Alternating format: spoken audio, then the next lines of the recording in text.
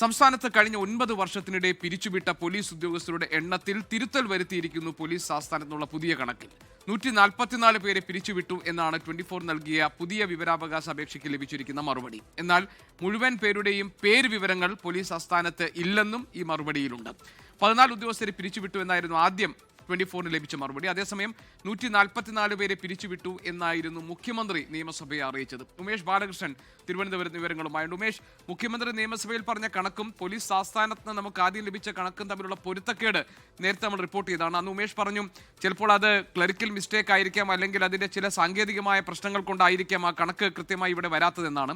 പക്ഷെ ഇപ്പോഴൊരു തിരുത്തിയ വിവരമാണല്ലോ നമ്മൾ വീണ്ടും വിവരാവകാശ കൊടുത്തപ്പോൾ നമുക്ക് കിട്ടുന്ന മറുപടി. എന്താണ് പോലീസ് ആസ്ഥാനത്ത് കിട്ടുന്ന ഏറ്റവും പുതിയ വിവരം? നേരത്തെ നൽകിയിരുന്ന കണക്കിൽ നിന്ന് അതിൽ എങ്ങനെയാണ് തിരുത്തൽ വരുത്തിയിരിക്കുന്നത്? എന്തൊക്കെയാണ് മറ്റ് വിശദാംശങ്ങൾ ഉമേഷ്?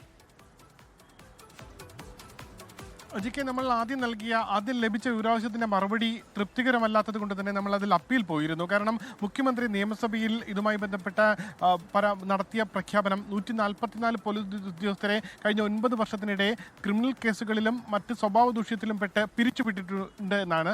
പക്ഷേ ആ പട്ടിക പുറത്തുവിടണമെന്നുള്ള ആവശ്യം പ്രതിപക്ഷം അടക്കം മുന്നോട്ട് വയ്ക്കുകയും ചെയ്തു. പക്ഷേ പട്ടിക പുറത്തുവിടാൻ മുഖ്യമന്ത്രി തയ്യാറായില്ല. എന്നാൽ ഈ വിഷയത്തിൽ ഇതുമായി ബന്ധപ്പെട്ട പട്ടിക ചോദിച്ചുകൊണ്ടാണ് ആദ്യം നമ്മൾ പോലീസ് ആസ്ഥാനത്ത് വിവരാവകാശം നൽകുന്നത്.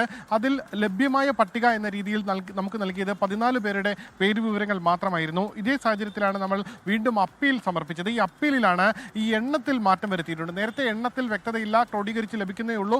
നമുക്ക് ഇവിടെ ഉള്ളത്, അതായത് പോലീസ് ആസ്ഥാനത്തുള്ളത് 14 പേരുടെ പട്ടിക മാത്രമാണ് എന്നായിരുന്നു ലഭിച്ചിരുന്ന മറുപടി. എന്നിട്ട് 14 പേരുടെ വിവരങ്ങളും ഉണ്ടായിരുന്നു. പക്ഷേ ഇപ്പോൾ അപ്പീലിന് മറുപടിയായി നൽകിയിരിക്കുന്നത് 114 പേരെ പിരിച്ചുവിട്ടിട്ടുണ്ട്. ഒപ്പം ദീർഘകാലമായി ജോലിക്ക് ഹാജരാകാത്ത 236 പേരെയും ഈ കാലഘട്ടത്തിൽ പിരിച്ചുവിട്ടിട്ടുണ്ട്. പക്ഷേ ഇവരുടെ പേര് വിവരങ്ങൾ പോലീസ് ആസ്ഥാനത്തില്ല. പോലീസ് ആസ്ഥാനത്ത് ഈ പേര് വിവരങ്ങൾ ക്രോഡീകരിച്ച് സൂക്ഷിച്ചിട്ടില്ല.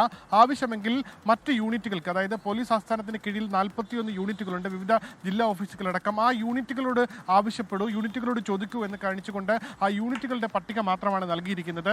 ഇപ്പോഴും ഈ വിവരാവകാശവുമായി ബന്ധപ്പെട്ട് നമ്മൾ ആവശ്യപ്പെട്ട ചോദ്യം, അതിൽ ഏറ്റവും സുപ്രധാനം ഈ 144 പോലീസ് ഉദ്യോഗസ്ഥരുടെ പേര് വിവരങ്ങളാണ്. ഒപ്പം അവർ ചെയ്ത കുറ്റങ്ങളുടെ വിവരവുമാണ്. കാരണം സ്വഭാവ ദൂഷ്യവും ക്രിമിനൽ കുറ്റവും ക്രിമിനൽ കേസുകളിൽ പ്രതിയാകുന്നവരെയുമായിരുന്നു ഈ 144 പേരെന്ന് മുഖ്യമന്ത്രി പറഞ്ഞിരുന്നു.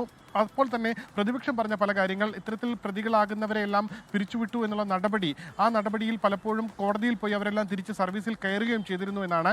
അതിനുശേഷം 24 ഈ വാർത്ത പുറത്തുവിട്ടതിന് ശേഷം തെളിവ് സഹിതം ഷഫി പറമ്പിൽ MLA ഒപ്പം പ്രതിപക്ഷ നേതാവ് അടക്കമുള്ളവർ ഇതുമായി ബന്ധപ്പെട്ട വാർത്താ സമ്മേളനം നടത്തുകയും ഒപ്പം മുഖ്യമന്ത്രി സഭയെ തെറ്റിദ്ധരിപ്പിച്ചു എന്നുള്ള ആരോപണം ഉന്നയിക്കുകയും ചെയ്തിരുന്നു. ആ സാഹചര്യത്തിൽ കൂടിയാണ് നമ്മൾ അപ്പീൽ നൽകിയത്. എന്നാൽ അപ്പീലിൽ ഈ കണക്ക് തിരുത്തിയിട്ടുണ്ട്. 14 എന്നുള്ളത് 144 ആണ് എന്ന നിലയിലേക്ക് എത്തിയിട്ടുണ്ട്. പക്ഷേ ഇപ്പോഴും ഈ പട്ടിക പോലീസ് ആസ്ഥാനത്തില്ല. അപ്പോൾ ഏത് രീതിയിലാണ് മുഖ്യമന്ത്രി ഈ കണക്ക് പറഞ്ഞത് എന്ന ചോദ്യം നിലനിൽക്കുന്നു. എങ്ങനെയാണ്? കാരണം 144 പേരെ ഈ 9 വർഷത്തിനിടെ പിരിച്ചുവിട്ടപ്പോൾ അവർ എന്ത് കുറ്റം ചെയ്തിട്ടാണ് എന്നുള്ളതും ആ 144 ജീവനക്കാർ ആരൊക്കെയാണ് എന്നുള്ളതും പോലീസ് ആസ്ഥാനത്ത് ഒരു പട്ടികയായി ഉണ്ടാകേണ്ടതാണ്. കാരണം പോലീസ് ആസ്ഥാനത്തു നിന്നാണ് ഇത്തരം നടപടിയെടുക്കുന്നത്. ലോകത്തെവിടെയായാലും ഏത് സമയത്തും 24 വാർത്തകളും ഓഗ്മെന്റഡ് റിയാലിറ്റി പാക്കേജുകളും എക്സ്പ്ലെയിനറുകളും വിശദമായി കാണാൻ ഞങ്ങളുടെ യൂട്യൂബ് ചാനൽ നിങ്ങൾക്ക് സബ്സ്ക്രൈബ് ചെയ്യാം.